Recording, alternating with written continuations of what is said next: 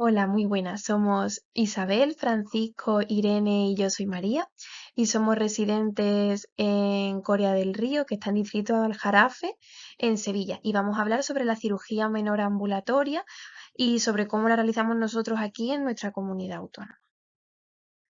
En cuanto a lo que vamos a hablar, la parte más importante de nuestra sesión son las lesiones que están incluidas y excluidas de lo que es la cartera de servicios de cirugía menor. Además, también hablaremos sobre cómo elaborar la solicitud, el consentimiento informado y cómo se hacen distintos manejos en diferentes pacientes a la hora de realizar una intervención.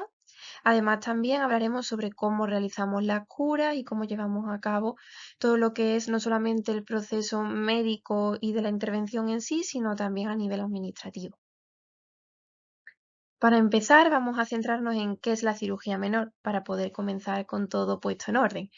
La cirugía menor son todos aquellos procedimientos que son mínimamente invasivos porque involucran tejidos superficiales y que nunca van a hacer que tengamos incisiones profundas que puedan comportar algún tipo de complicación que no se pueda manejar en ese momento sin tener un anestesista allí en nuestro quirófano. Es decir, son intervenciones de corto tiempo y en tejidos que no van a llegar más allá del tejido celular subcutáneo y que además tienen escaso riesgo de complicación, como he dicho anteriormente. ¿Quiénes pueden realizar la cirugía menor? Tanto enfermeros de atención primaria como médicos especialistas en medicina familiar y comunitaria. Actualmente se estima que hasta un 1,5% de la población general son susceptibles de tenerse que someter a cualquier intervención de cirugía menor, en las cuales las técnicas más utilizadas suelen ser la exéresis quirúrgica con bisturí convencional o con bisturí eléctrico, la electrocoagulación y además también el uso de la crioterapia, que se utiliza mucho también en dermatología. Además, hay que tener en cuenta que en los procedimientos de cirugía menor se excluyen las suturas y el lavado de heridas, aunque posteriormente haremos una puntualización sobre el tema de las heridas. Hay que tener en cuenta que en la cirugía menor también, al igual que en cualquier otra cirugía, tenemos que tener en cuenta el uso de los checklists y todos los protocolos que nos van a ayudar a que nuestras intervenciones cursen con el menor riesgo posible que ya de por sí tienen. En cuanto a las técnicas que están incluidas en nuestra cartera de servicios, hemos intentado señalar cuáles son las más frecuentes o las más usuales, pero hay muchas, como podéis ver en las diapositivas, y centrándonos en las más llamativas son las excisiones convencionales, ya sean a nivel de piel o de tejido subcutáneo local. Además, el uso de lo que es la crioterapia y la electroterapia para hacer cauterizaciones o extracciones. Además, vamos a tener la eliminación de cuerpos extraños, las biopsias que podemos realizar, ya que todas aquellas lesiones que nosotros extirpemos, aunque no sean lesiones malignas, ante la más mínima duda debemos de enviarlas a anatomía patológica para que sean analizadas. Además, también podemos hacer evacuación de escaras, lo que es una debridación, y además podemos también hacer pelado químico de la piel con nitrógeno, que es lo que consideramos nosotros la criocirugía. Además también podemos quitar uñas encarnadas. Aquí ya entramos un poco más en materia y es que como podéis ver todo lo que son accesos, ya sea panadizos, forúnculos o un acceso en sí, siempre que sea menor de 3 centímetros nosotros podemos entrar a actuar. Cuando atraviesan los 3 centímetros, entonces ya estaríamos hablando de otro tipo de cirugía y no podríamos hacerlo nosotros desde atención primaria a nivel de cirugía menor ambulatoria. Las uñas encarnadas todas y en cuanto a las verrugas y los papilomas, hay que tener en cuenta que inicialmente intentaremos un peeling químico mediante los distintos fármacos que están prescritos para ello. Y si con eso no es suficiente, es entonces cuando tenemos que entrar a evaluar si es mejor con bisturí eléctrico o con nitrógeno. En cuanto a los lipomas, que es también otra de las grandes lesiones que solemos intervenir a este nivel, hay que tener en cuenta que siempre tienen que ser menor de 3 centímetros y que no deben de tener contacto con estructuras vasculares ni con, ni con lo que es el hueso o el músculo. Es decir, todos aquellos lipomas submusculares o subperiósticos serían susceptibles de ser extraídos en cirugía mayor ambulatoria. Es decir, el paciente también se va a casa en el día, pero requieren de otro tipo de atenciones que en cirugía menor pues no tenemos. Importantísimo tener en cuenta lo del tema de la anatomía patológica, eso que nunca se nos olvide ante cualquier duda en cualquier lesión. Y otras lesiones que están incluidas, como he dicho anteriormente, el tema de las heridas. Es verdad que nosotros no vamos a hacer ni sutura ni lavado de heridas porque son curas que realiza enfermería, pero sí que es verdad que los desbridamientos de las heridas o los Friedrichs, también llamados así, hay que hacerlos también en cirugía menor en caso de que se nos presente la ocasión. Extraeremos todos aquellos cuerpos extraños que sean menores de 3 centímetros. Es importante que las neoplasias benignas de los tejidos, como por ejemplo los fibromas, esos famosos fibromas que surgen por la fricción, los podemos quitar con electroterapia siempre y cuando sean menores de 3 centímetros. Y los nebus a día de hoy ya no los quitamos, salvo que los haya visto anteriormente dermatología, o al menos así lo hacemos nosotros. Y los puntos rubíes tampoco. En cuanto a la queratosis actínica, los cuernos cutáneos y demás, que son lesiones que deben de tener vigilancia por parte de dermatología, siempre hay que tener en cuenta que tenemos el recurso de la telederma para que les puedan echar un ojo antes de nosotros meternos en intentar extirparlas y demás. Y en cuanto a la queratosis actínica, es importante que aunque nosotros realicemos crioterapia sobre ellas y las eliminemos, hay que revisar los bordes a nivel de dermatología, ¿vale? Y bien, aquí tenemos algunas muestras gráficas sobre este tipo de lesiones. Aquí podemos ver un lipoma que, como hemos dicho anteriormente, solamente se extraen cuando son menores de 3 centímetros, no contactan con vasos ni son subperiósticos o submusculares. También, si no provocan ningún tipo de daño a la persona o no le suscita ninguna molestia, lo ideal es no quitarlo porque, como hemos dicho previamente, son lesiones benignas que no tienen potencial de malignización y que no suponen nada por dejarla con el paciente. Salvo que crezca muchísimo y le suponga una molestia, no haría falta extirparla. Aquí podemos ver lo que son las verrugas comunes o papilomas, tanto en los dedos como en la planta del pie.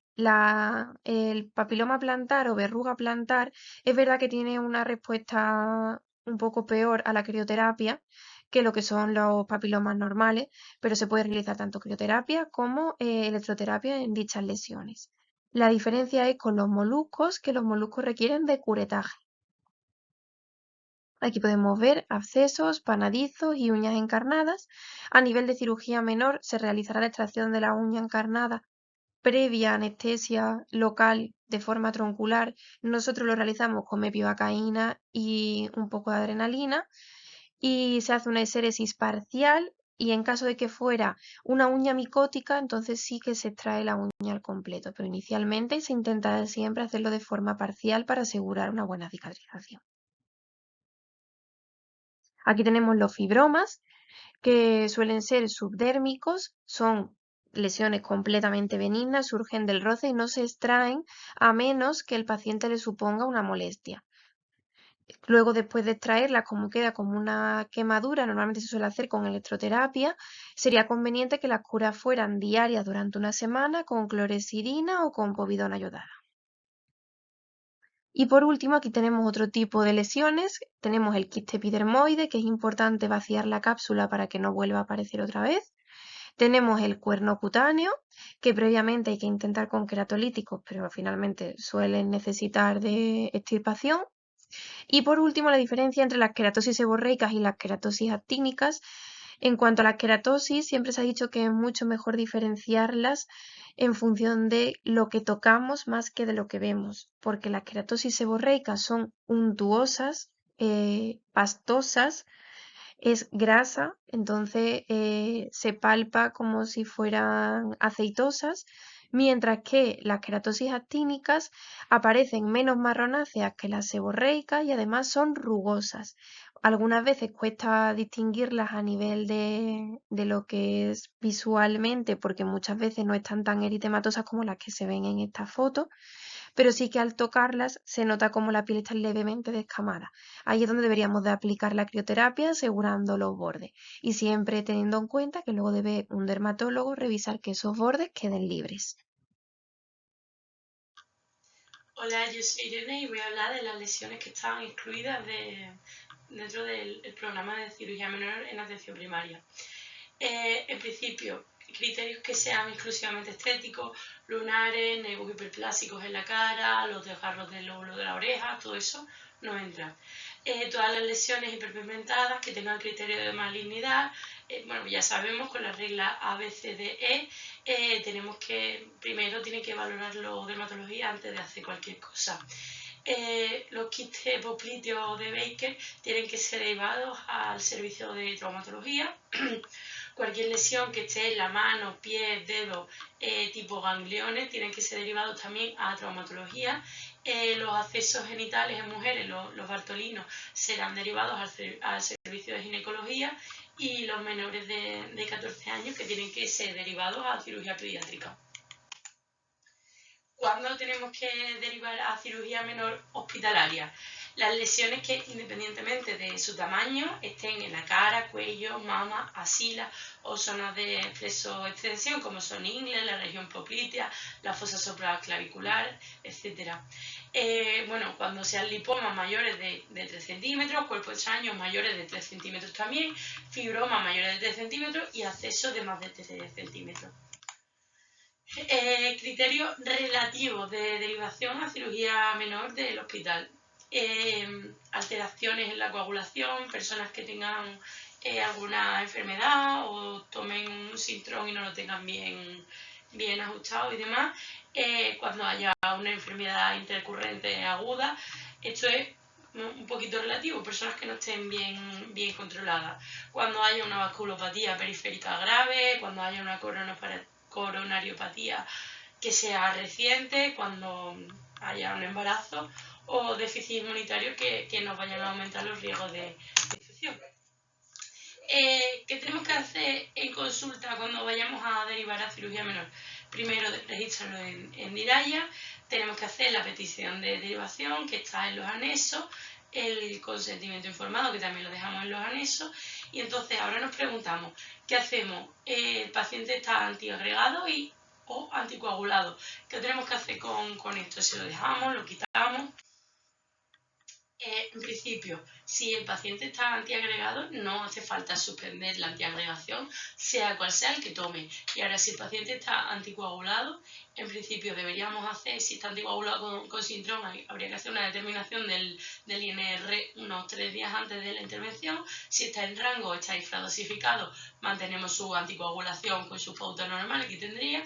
Y si está por encima de 3,5, ya tendríamos que valorar el retirarlo, ponerle una terapia puente, y sería conveniente hablarlo con hematología. Si el paciente está anticoagulado con anticoagulantes directos, la mayoría se puede realizar la intervención sin llegar a suspender el anticoagulante, pero en el caso de que decidamos suspenderlo, en principio un día antes se tiene que retirar y reanudar las 24 horas tras la intervención. Si el paciente está anticoagulado con dabigatran y tiene una filtración, un filtrado glomerular de menos de 30, habría que suspenderlo 48 horas antes y no 24. Y tendríamos que valorar una terapia puente con heparina en pacientes que tengan un alto riesgo trombótico. Quería enseñaros esta aplicación que es de la Sociedad Española de Cardiología, que es muy útil para la hora de retirar, cuando retirado o no la anticoagulación para pacientes con que se van a realizar diferentes intervenciones. En la aplicación nos pregunta cuál es el fármaco que está tomando el paciente, tanto el anticoagulante como el antiagregante, qué intervención se va a hacer, que tiene diferentes categorías. Si queremos mirar cirugía menor, está dentro de cirugía general, aparece ahí como cirugía menor piel y tejido subcutáneo. Y también nos pregunta el motivo por el que el paciente está tomando la anticoagulación. Y un poquito en función de esto nos da si tenemos que retirarlo o no.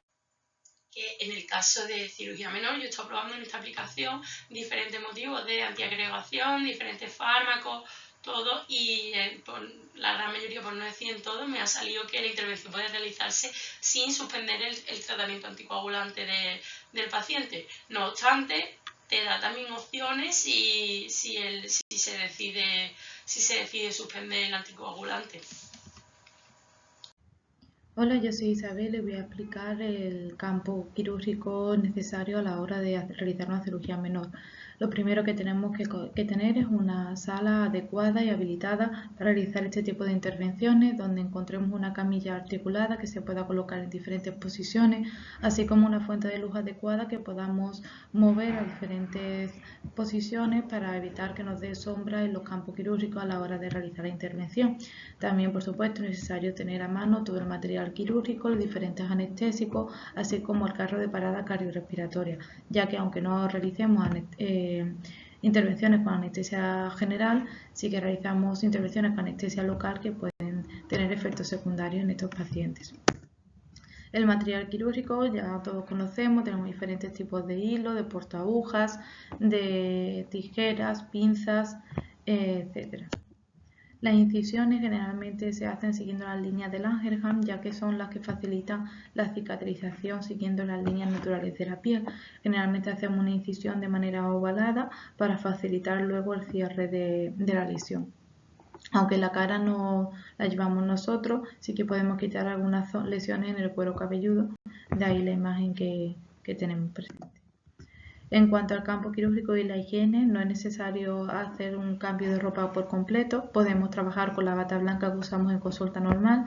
Hay que usar siempre guantes estériles, mascarilla, gafas y el lavado de manos es el conocido la rutina de Office, que son de 2 minutos. No es necesario realizar un lavado de manos completo hasta los codos como se realiza en otros quirófanos, sino con llegar a la muñeca y un lavado de 2 minutos es suficiente.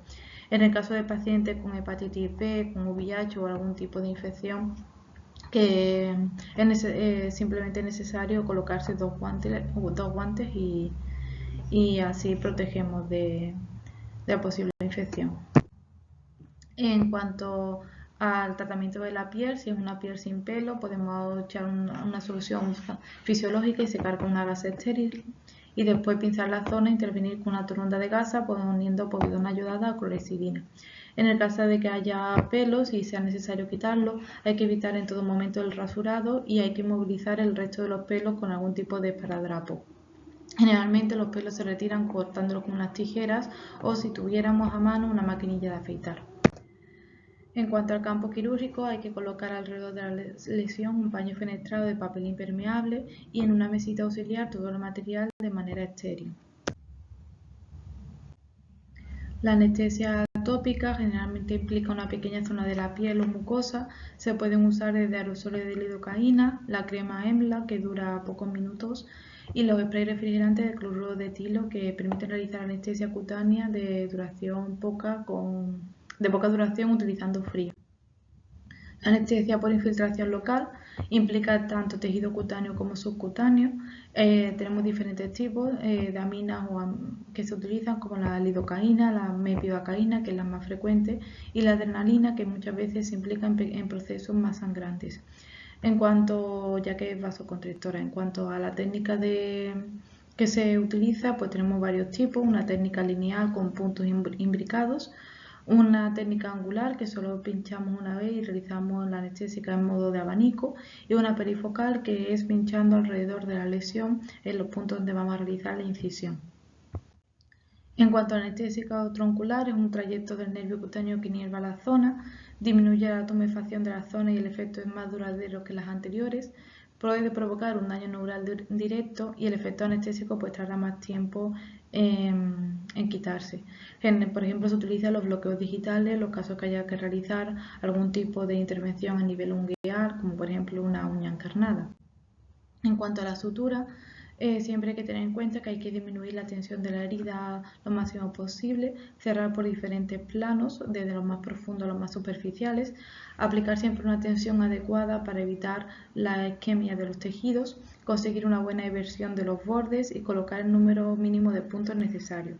Generalmente la técnica que se utiliza es con un portaagujas y agujas corvas, que supone una primera lazada doble, conocido como el nudo cirujano, que también se puede realizar con los dedos de las manos, y después una lazada en sentido contrario para reforzar la primera.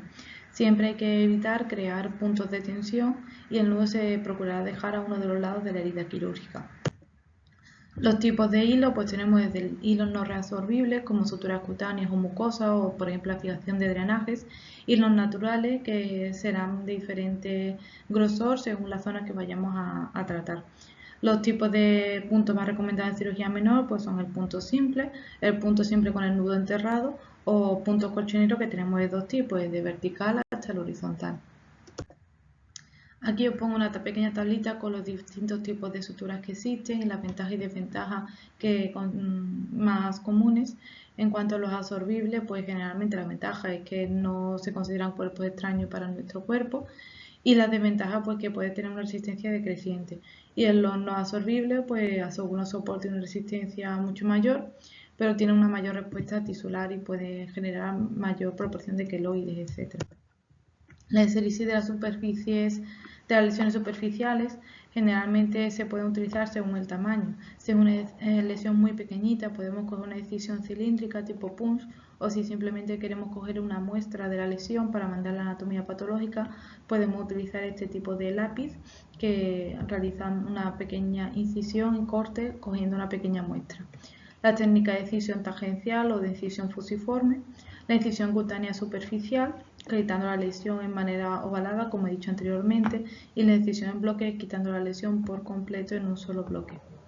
Este tipo generalmente se manda, todas aquellas lesiones se suelen mandar a anatomía patológica para ser analizadas. Muy buenas a todos. Vamos a hablar un poco del postoperatorio en estos pacientes. En principio no reciben el alta hasta que se completa la cicatrización de la herida y se han resuelto las posibles complicaciones. Una vez se finaliza la sutura, hay que proceder a la retirada y limpieza de los posibles restos de sangre con suero y posteriormente impregnar la herida con povidona yodada o clorexidina.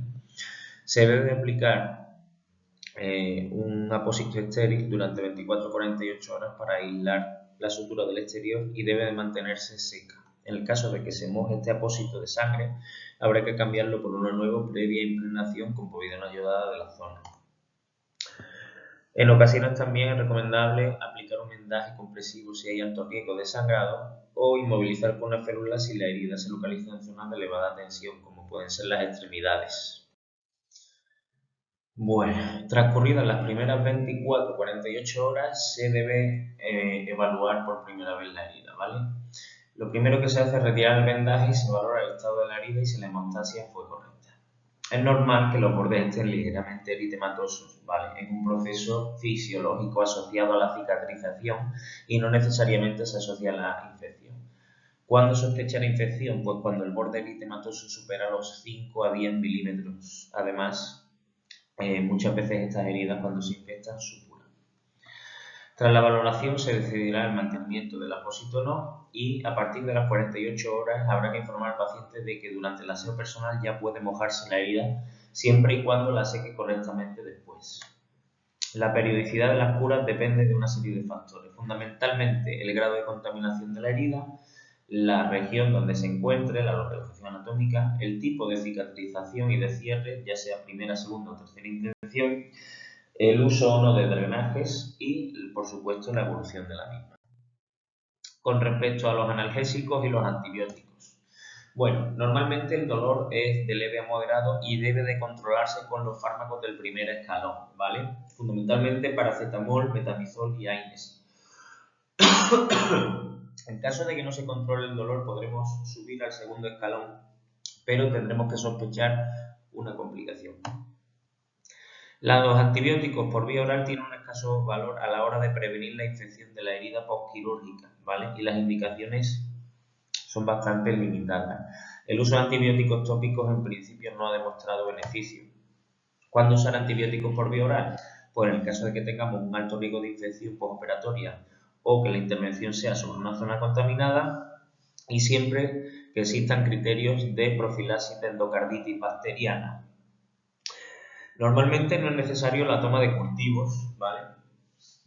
Y si bien es cierto que la mayor parte de los gérmenes implicados son los Staphylococcus, los antibióticos de elección son el aumentina, el amoxicilina clavulánico y la cloxacilina, ¿vale? Especialmente para microorganismos productores de penicillinasas.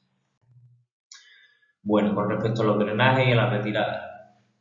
Los drenajes se colocan siempre tras la liberación de un acceso y en heridas con alto riesgo de infección o sangrado, manteniéndose mientras exista débito y realizándose los cambios pues, a intervalos regulares. ¿Cuándo retirar la sutura? Pues depende de una serie de factores, ¿vale? Normalmente lo más determinante es la región anatómica, ¿vale? Hay una serie de recomendaciones generales, si bien también hay que tener en cuenta el espesor de la piel, el tipo de cierre, si es primera, segunda o tercera intención y por supuesto la tensión de los bordes de la herida.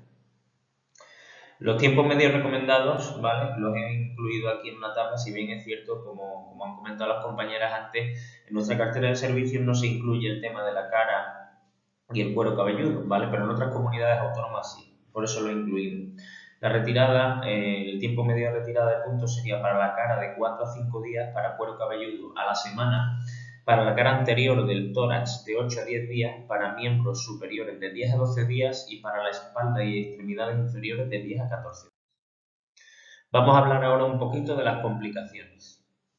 En primer lugar tenemos la hemorragia, que suele deberse a un traumatismo directo sobre la herida, a hemostasia inadecuada o a fármacos antitrombóticos y rara vez a enfermedades hematológicas y otras discrasias sanguíneas. Existen 3 tipos de sangrado. En primer lugar tenemos el sangrado capilar o en sábana, luego tenemos el sangrado venoso que es a flujo continuo y por último el sangrado arterial que es pulsátil, fácilmente identificables. Con respecto al tratamiento es muy sencillo, habrá que realizar compresión digital o con gasa montada durante 10 a 15 minutos y posteriormente realizar un vendaje compresivo. En las horas siguientes se recomienda la aplicación de frío en intervalos regulares durante 10-15 minutitos. Con respecto a los seromas, bueno, el seroma no es más que una colección líquida que aparece debajo de la sutura cuando se han dejado cavidades vacías, por la tendencia natural del organismo a rellenar los huecos. Se debe eliminar el punto y comprimir la piel para drenar el contenido. Si bien es cierto que la mayoría de los seromas de pequeño tamaño se reabsorben de forma normal y sin intervención, pero si tenemos un seroma muy grande puede provocar otras complicaciones. Con respecto al hematoma pequeño pasa lo mismo, se reabsorbe de forma espontánea. Sin embargo, los de mayor tamaño hay que evacuarlos, bien a través de la incisión o bien retirando algún punto y haciendo presión conturunda, colocando drenaje si este es masivo. Los hematomas, a su vez, como estamos comentando, pueden condicionar un mayor riesgo de infección, de dehiscencia de herida o incluso necrosis del tejido. Para prevenirlos, basta con una correcta hemostasia intraoperatoria y la sutura por plano sin dejar espacio entre los tejidos afectos y colocando posteriormente una compresión. Con respecto a la infección, decir que se da en el 1% de todos los casos de cirugía menor limpia y normalmente se debe a fallos con la técnica estéril. También puede ser secundaria a otras complicaciones como comentamos, el hematoma, la dehiscencia y la necrosis. Los signos y síntomas de infección que más destacan pues, son el dolor, la tumefacción, el aumento del eritema de los bordes de la herida o incluso la supuración de material purulento. Como hemos comentado antes, los bordes eritematosos son normales, ¿vale? Hay que sospechar la infección cuando el borde supera los 5 a 10 milímetros y decir que los signos y síntomas de infección suelen aparecer a partir del 4º día postoperatorio. El tratamiento consiste en retirada de los puntos de sutura necesarios, hay que hacer limpieza y desinfección diarias de la herida y dejar que cierre por segunda intención, ¿vale? Sí es verdad que el problema de esto es que deja una cicatriz, pero es necesario realizar un cierre por segunda intención en todas las heridas infectadas. A veces hay que colocar incluso drenaje. Y por supuesto iniciar antibióticos por vía oral. Normalmente no hay que hacer cultivos. Con respecto a la dehiscencia de sutura no es más que la separación de los bordes de la misma antes de que haya cicatrizado. Los factores que favorecen la dehiscencia son la edad avanzada, las enfermedades crónicas, la ingesta de medicamentos, la malnutrición, la elevada tensión de los bordes de la herida, el uso de un material de sutura inadecuado y la retirada precoz del material. A su vez, la dehiscencia de sutura puede ser la fase final de otra complicación como el hematoma o la infección. Y una vez producida la dehiscencia, el cierre será por segunda intención, con el consiguiente mal resultado estético. Para prevenirla hay que realizar una técnica quirúrgica impoluta con el material de sutura indicado y adecuado y cerrar por planos. También podemos disminuir la tensión de los bordes mediante la disección subcutánea de los mismos. El granuloma de sutura no es más que una nodulación dolorosa y dura que aparece en algún punto enterrado e invertido por reacción tipo cuerpo extraño al material de sutura. Para prevenirlo, se recomienda el uso de material de sutura reabsorbible del calibre más fino posible, realizando pocos nudos profundos y dejando cabos muy cortos. Con respecto a las reacciones eczematosas y las dermatitis, ¿vale? Normalmente estas se deben a una hipersensibilidad a antisépticos, esparadrapos, apósitos o incluso a antibióticos tópicos. En el caso de que identifiquemos el agente causal, debe retirarse y habrá que valorar la aplicación de un corticoide tópico del tipo metilprednisolona. La necrosis, no obstante, ocurre por una alteración de la circulación distal en los bordes de la herida, ¿vale? Normalmente por tensión excesiva de los bordes, causando isquemia e hipoxia tisular.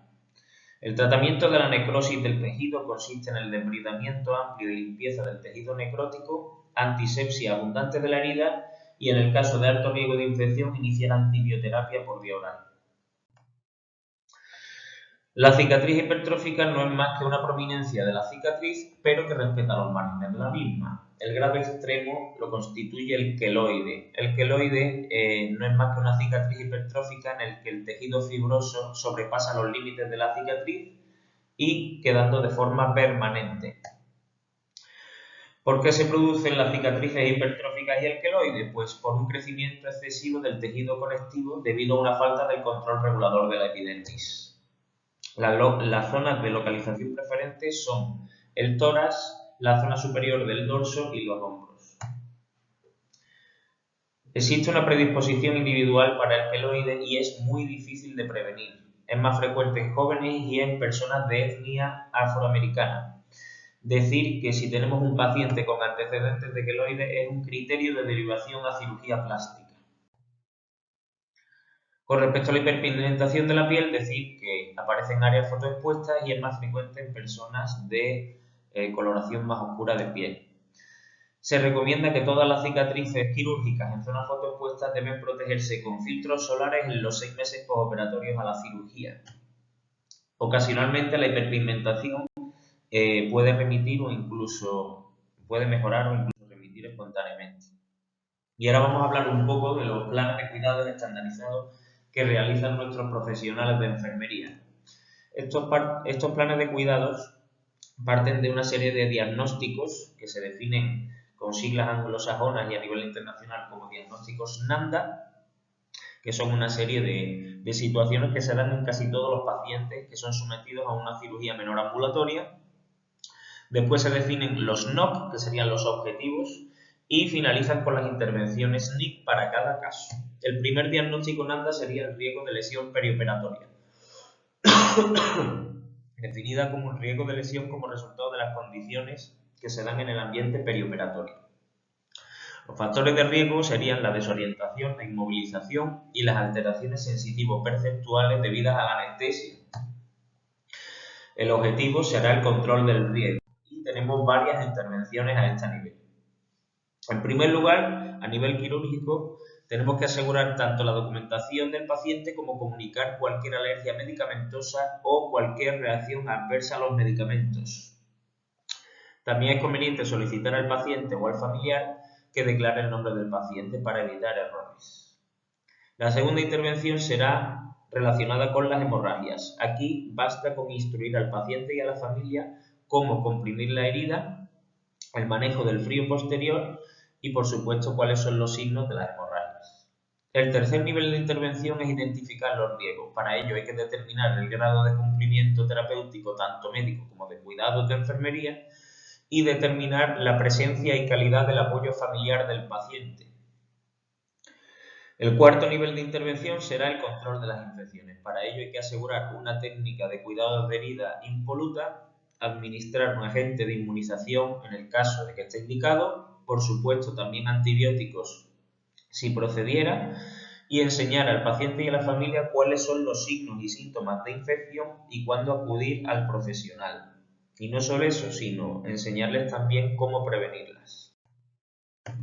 El segundo diagnóstico NANDA es la ansiedad, definida por la OMS como una vaga sensación de malestar o amenaza acompañada de una respuesta autonómica cuyo origen con frecuencia es desconocida por el individuo que la sufre. También la ha definido como un sentimiento de aprensión causado por la anticipación de un peligro. o como una señal de alerta que advierte de un peligro inminente y permite al individuo tomar medidas para afrontarlo.